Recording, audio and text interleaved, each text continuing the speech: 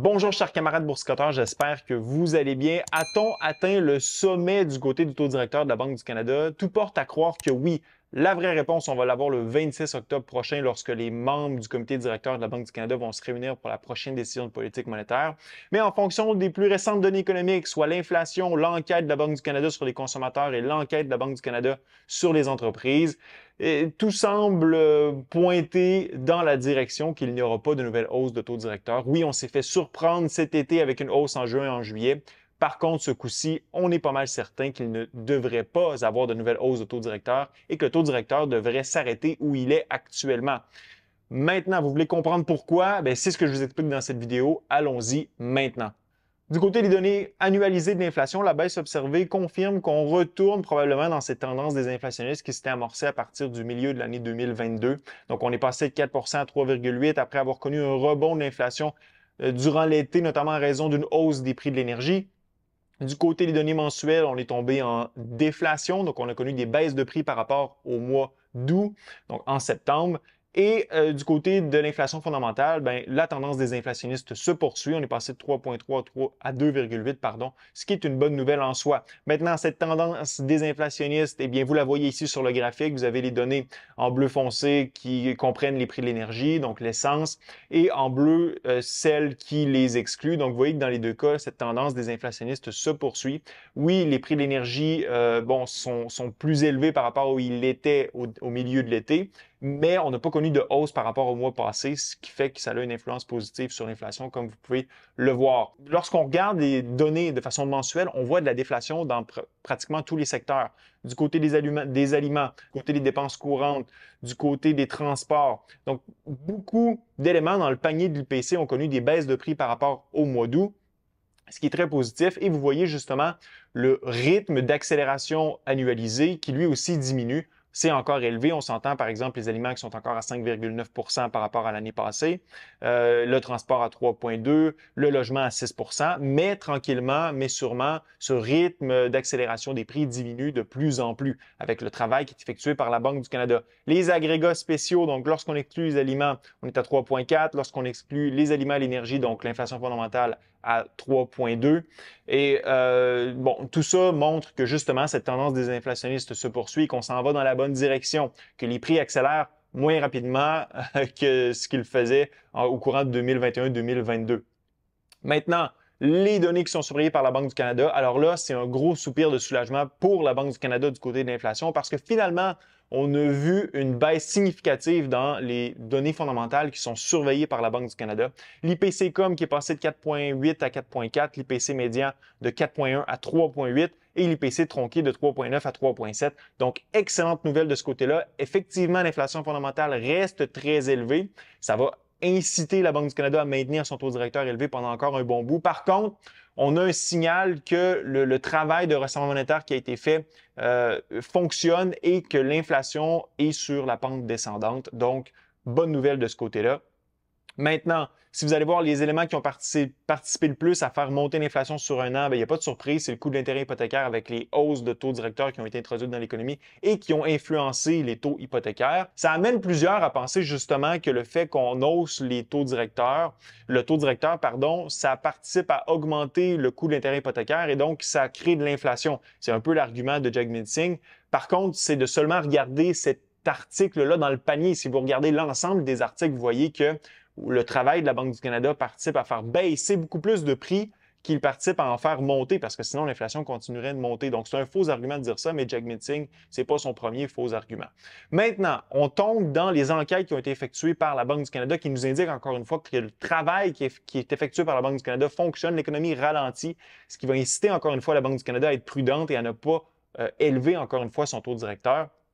Et là, regardez ce qui se passe du côté des entreprises. Donc ça, c'est l'indicateur économique. C'est un peu un indice agrégé de la Banque du Canada qui nous indique qu'effectivement, l'économie ralentit et elle ralentit assez rapidement. Regardez ici le rythme de décélération qui ressemble drôlement à ce qui s'est passé durant la période de la pandémie. Donc, on est dans un ralentissement économique, il n'y a pas de doute là-dessus. Et là, je me suis tassé simplement pour que vous puissiez mieux voir les graphiques. Regardez, au début ou pendant la pandémie, ce qui inquiétait le plus les entreprises, pression sur les coûts, pénurie de main-d'œuvre, chaîne d'approvisionnement. Alors là, on n'est plus là du tout. Regardez ce qui inquiète le plus les entreprises présentement. Vous avez bien sûr la demande ou les ventes qui commencent à baisser. Vous avez l'incertitude économique associée notamment à la gestion de la politique monétaire ou à l'arrivée prochaine potentiellement d'une récession. Et vous avez le crédit. Donc, le crédit, obtenir du crédit, c'est de plus en plus difficile avec les coûts de l'argent, donc les coûts d'emprunt qui ont augmenté. Donc, ça, c'est super intéressant, ce que pensent les entreprises. Maintenant, les perspectives de vente, parce que oui, les entreprises s'inquiètent par rapport à leur vente. On voit que les perspectives de vente sont négatives, c'est-à-dire qu'on est à 0%. Donc, les entreprises sont pas très optimistes par rapport aux ventes futures qu'ils vont pouvoir faire. Donc, l'économie ralentit, la demande est moins importante. Maintenant, les effets négatifs des taux d'intérêt sont généralisés, c'est-à-dire que 76% des entreprises qui œuvrent dans le domaine des biens et 73% dans le domaine des services disent que l'impact des taux d'intérêt, eh bien, les effets négatifs, on les sent. Donc, essentiellement, l'entièreté des entreprises sent l'effet du rehaussement du taux directeur. Et lorsqu'on leur demande aux entreprises, ben, vous pensez qu'on est où dans le cycle de resserrement monétaire? Pensez-vous que l'économie a absorbé l'entièreté des hausses de taux directeur? Pas du tout. En fait, 46% des entreprises disent que ça commence à peine, donc l'impact du resserrement monétaire sur l'économie, alors que 31% disent qu'on est à peu près à la moitié. Donc, vous voyez qu'il y a encore le délai là, de transmission, il est encore là, il est encore bien présent et on le voit à travers ces données-là qui sont publiées par la Banque du Canada. Maintenant, du côté des consommateurs, alors le portrait est un peu différent, mais on est capable de lier ce qui se passe du côté des consommateurs avec ce qu'on voit du côté des entreprises. Et là, c'est super intéressant. D'abord, les attentes d'inflation des consommateurs qui continuent de baisser, donc preuve que justement le rythme d'accélération des prix diminue dans l'économie. Ensuite, ici, ça c'est super intéressant, ça démontre l'incompréhension qu'a la population à l'égard du mécanisme de rehaussement des taux d'intérêt et son impact sur l'inflation, sur la hausse des prix. Regardez deux questions qui ont été posées. Quel est l'objectif des hausses de taux d'intérêt qui sont faites par la Banque du Canada? Et là, vous avez 72% des gens qui disent que l'objectif de ça, c'est de faire baisser l'inflation. Puis vous avez environ Vous avez environ 17% qui disent que ça va faire monter l'inflation. Puis ensuite, le résultat, donc l'objectif, c'est de faire baisser l'inflation, mais quel est le résultat de ces hausses de taux directeurs? Et là, c'est super intéressant, vous avez seulement 37 ou 38% des gens qui disent que ça va faire baisser l'inflation, puis vous avez environ 27% des gens qui disent que ça va faire monter l'inflation. Donc, ça me ramène à ce que Jack Mitzing tweet, là. Donc, les gens pensent vraiment que c'est vrai, là, que le fait que la Banque du Canada monte son taux directeur, ça peut faire monter l'inflation. Or, c'est totalement faux. La Banque du Canada vient étouffer l'économie, vient diminuer la capacité qu'ont les gens à dépenser ou à gagner des revenus. Et là, on va le voir plus tard avec, en fait, dans quelques instants, avec les graphiques que je vais vous partager. Regardez ici. Comment faites-vous, donc là, c'est une question qui est posée aux consommateurs, comment faites-vous pour vous protéger de l'inflation? Regardez ce que les gens disent. 58% des gens disent qu'ils réduisent leurs dépenses. Alors là, si les gens réduisent leurs dépenses, il y a moins de demandes. S'il y a moins de demandes, eh bien, l'offre peut rééquilibrer avec la demande ou parfois même il y a trop d'offres par rapport à la demande, ce qui fait baisser les prix. On déplace de l'épargne. Donc, en fait, on fait plus d'épargne. Donc, encore une fois, si on épargne plus, on dépense moins. À court terme, c'est pas bon pour l'économie. À long terme, ça a des effets bénéfiques. Bref, on n'est pas là pour discuter de ça. Et rembourser des dettes. Encore une fois, si vous remboursez des dettes, vous dépensez pas, là. Vous dépensez pas dans l'économie. Alors, ça démontre justement que l'impact du resserrement de la politique monétaire a un effet sur les consommateurs. Maintenant, qui est le plus impacté par le resserrement de la politique monétaire? Là, c'est super intéressant. En fait, vous avez quand même 53% des Canadiens qui disent « Hey, moi, ça n'a eu aucun effet sur moi. » Et vous avez environ 37% qui disent que oui, ça a détérioré ma qualité de vie financière.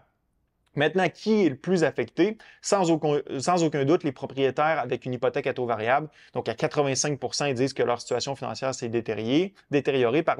Les propriétaires à hypothèque fixe, donc 37%, ils ont dit que ça s'est détérioré. Et les locataires à 38%, mais vous avez 50% des locataires qui disent qu'ils ne sont pas affectés par le resserrement de la politique monétaire. Donc, clairement, c'est ceux qui sont à hypothèque à taux variable et ceux qui sont à taux fixe qui doivent renouveler. Et de semaine en semaine, de mois en mois, il y en a de plus en plus qui doivent renouveler, ce qui fait que l'impact du resserrement de la politique monétaire se fait de plus en plus sentir dans l'économie parce qu'ils peuvent moins dépenser si, bien sûr, ils doivent payer plus d'hypothèques.